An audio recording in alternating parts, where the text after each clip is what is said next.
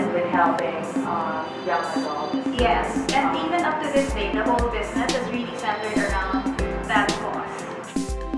How did you get into these biodegradable products? Well, we were trying to think up of a business for the young adults that we were helping, and I just thought that there was no really strong local line yet of household cleaners that were natural at that point, which was around 5 to 6 years ago. So it was a risk. I wasn't sure if the market was ready for such a product, but I think slowly we're growing and the market is slowly also accepting our products. Do you have a background in chemistry or pharmaceuticals? No, I don't. I don't actually. So the first recipes and the first products we had, we used recipes on the internet. So anybody else can make natural household cleaners, really. But of course, as we grew, we made the products more well, consistent and also more sophisticated. So we have an in-house pharmacist and we hire chemists. So which one did you establish first? Is it Messy Bessy or the house for? Yeah, Project House. Project House was the first thing we established. Yeah, so it stands for helping ourselves through sustainable enterprises. Yeah. How did you get into this? Well, that's really where my heart is. It's helping these young kids. When I had quit my corporate job, I really made it a point to devote my work life to causes like this. So I really wanted to put up a business that will help these at-risk young adults. So meaning the business will not only generate profits to help develop them and educate them, but also the business will also serve as a training platform for them. So for example, they can do things like accounting and sales for us. So it'll help them train them. And then the ultimate goal is for them to secure a job of their choice.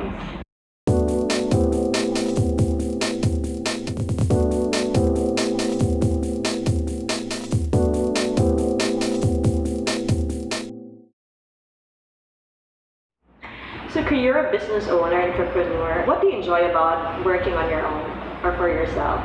Well, I enjoy having my own time.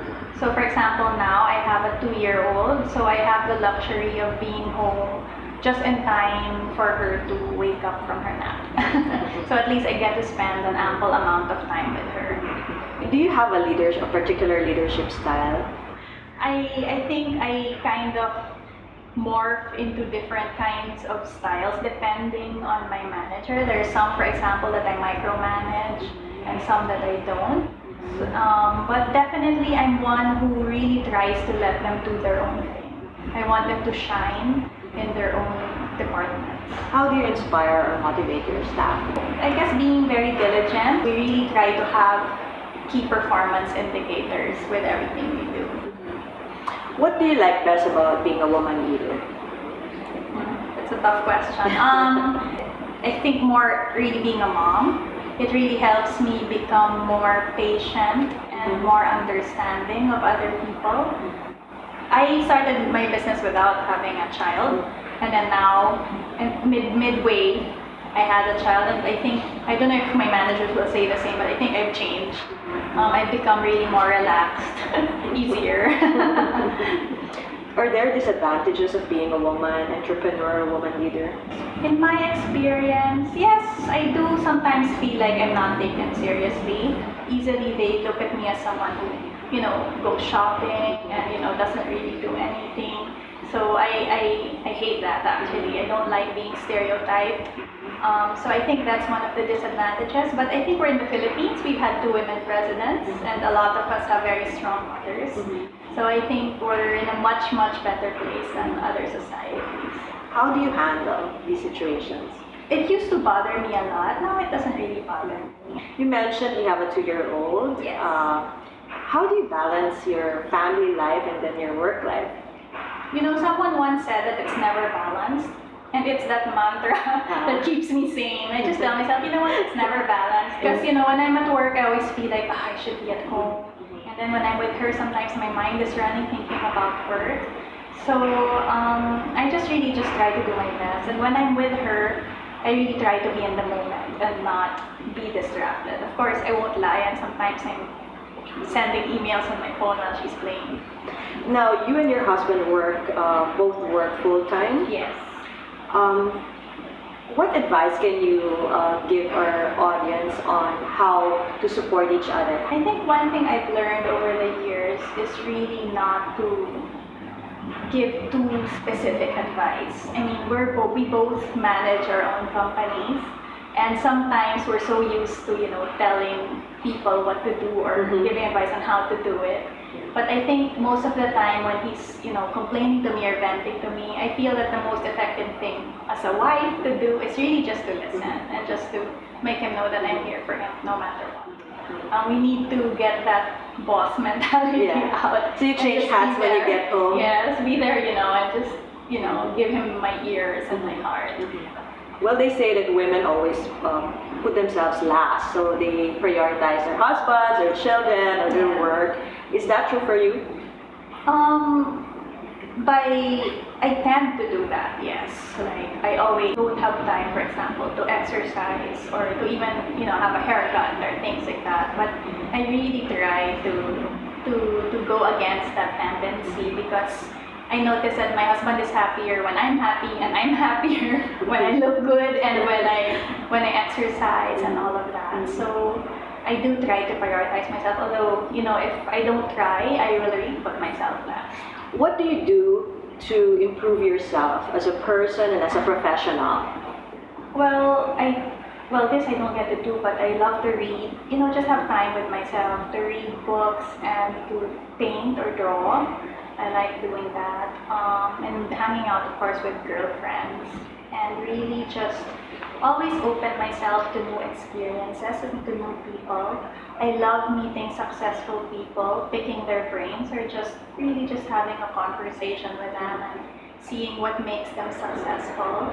So I think it's relating with other people. That's really how I try to become better. So, Krie, the trend now is some women work at home with their kids. Can you really work at home? Can you be productive? Yes and no. I mean, yes, depending, I think, on the nature of your job. I do a lot of work at home, especially the work that just requires me and my computer, just, emails and some design work. But for me, I feel like we're in a people business, so I need to be there.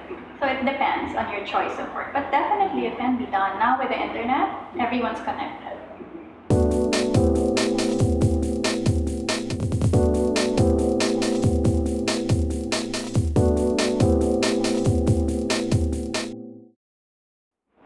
Can you tell me again about the most difficult time you had with Messy Bessy? Well, I don't know if it's the most difficult, but the one that I remember the most was when we kind of had to let go of the whole team of young adults that we had, all but two. And these were kids who I grew to love and we all grew to love, but it's just that there was this systematic theft going on, like an organized crime. And, theft is a non-negotiable for us. So we had to let go of them, and it was really, really painful. How did you survive that? What did you do? I cried, and It's okay to cry. Yeah, and I always look at it as a failure on our part. And I always tell the managers that every time we lose somebody, whether it's because they stole or because they just weren't performing properly, it is a failure on our part, on us who have promised them that we will help them become better. When your staff commits a mistake, how do you handle that? We always handle it partly like business managers, so we have corrective action forms and all of these things, but also partly as mothers and as guidance counselors, so we sit them down. What do you appreciate in your staff and in your managers? Well, definitely their passion. Sometimes, I have to slap myself and think, why are they so passionate? I can't believe it. But yeah, I really love their passion and their diligence, and also their excellence in work, because I have a manager who's from San Miguel. I have an HR director who, for example, and even my marketing manager used to have their own businesses, so they're very competent people. How do you empower your staff? The young adults, yes. Well, we try to design up the program in such a way that it is motivation-based. For example, their allowances aren't very high, but what we do is we have a rewards program where a lot of their accomplishments are rewarded also. So they actually have a chance to earn more and to accomplish more. So what we do is really make it motivation-based, and I really feel that that's the best way to empower them.